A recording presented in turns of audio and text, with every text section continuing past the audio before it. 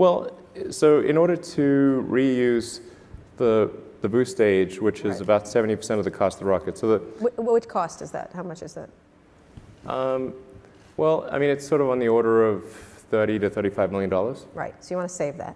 Yeah, I mean, it's like, I tell my team, it's like, imagine there was a pallet of cash that was plummeting through the atmosphere, and it was going to burn up and smash into tiny pieces. Would you try to save it? Right. Probably yes. Yes, okay. Yeah, that sounds like a good idea. Right, okay. So we want to get it back, Right. and that way we don't have to make another one. Right. And I think it's quite tragic if rockets get smashed into tiny pieces and land at the So bottom of the can ocean. I ask you a question?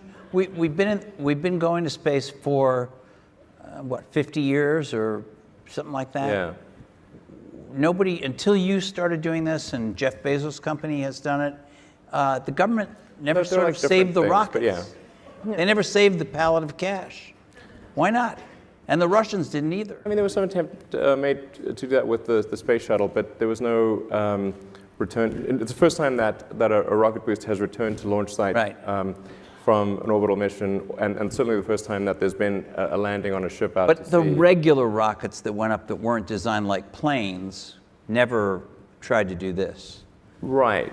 Like intuitively, it seems like a plane should work, but actually, if you consider that really every mode of transport has a design that is appropriate to its medium, and if you're in space, wings are not very useful because there's no air.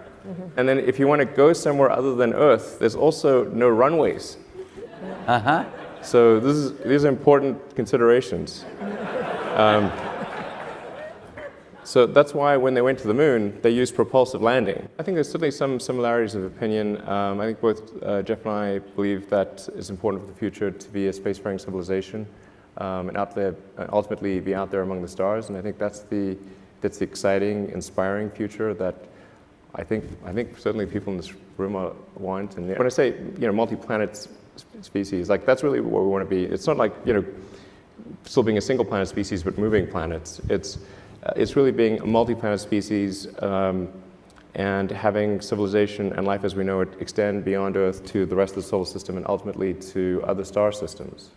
I think that's the thing. That's the future that's exciting and inspiring, and I think that's what you need things like that to be glad to wake up in the morning. Life can't be just about solving problems. Like there have to be things that are inspiring and exciting that make you glad to be alive.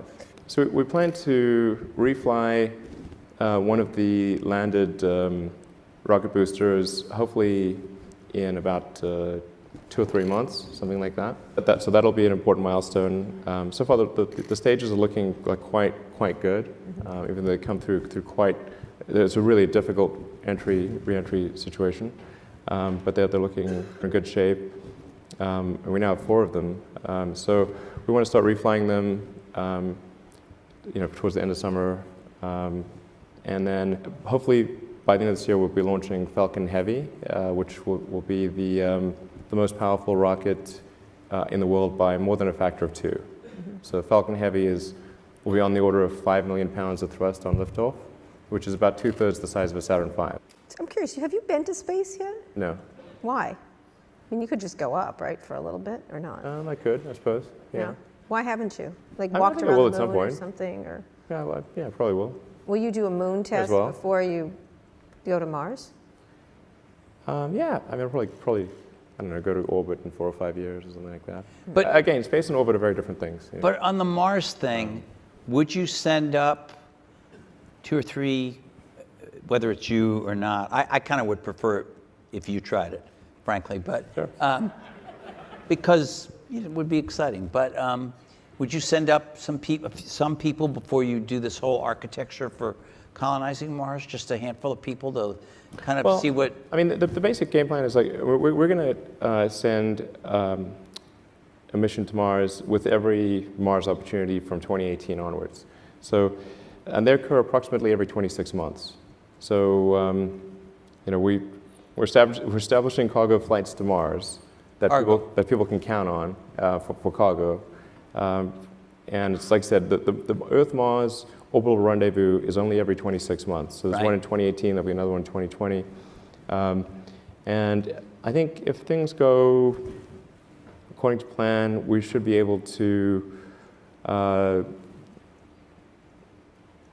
launch people probably in 2024 with arrival in 2025. And there's a bunch of startups, and then of course the car industry as a whole seems to be moving in that direction. Volkswagen just, I think, announced a huge battery factory that they're going to build. And I think these are all good. It's good for the industry to be moving towards sustainable transport as quickly as possible. We open sourced our patents to try to be helpful in that regard. And so it's encouraging to see all this activity. From a Tesla standpoint, we want to take a set of actions that are likely to accelerate the advent of sustainable energy. Scale up production as fast as we can. So we accelerated plans for the Model 3 by 2 years. And so we want to try to get to 500,000 cars in total in kind of the 2018 timeframe, which is an aggressive schedule, but I think achievable. And then maybe 1 million cars a year by 2020. And I can see I think a pretty clear path to get there. Autonomy is obviously extremely important. People are going to want autonomy. It's going to be odd to have a car without autonomy in the future. You're very busy. How does that work? I'm sort of in kind of work triage mode a lot of the time. So as long as there's not like a crisis simultaneously at SpaceX and Tesla, it's okay. The situation in any given company, particularly one, if it's sort of growing fast and sort of quasi-startup, it's somewhat sinusoidal. So that, it's okay if the waves don't crest together. When that does happen, then that's a huge strain. But right now, things are like motoring along okay, and I have like the context loaded for both companies, and I can see a path to a good outcome. So I feel pretty good right now. But there've been super stressful times in the past. I always try to reserve time for my kids because I love hanging out with them. Kids are really great. They're like the 99% of the time they make you happier. Their kids are awesome. Yeah.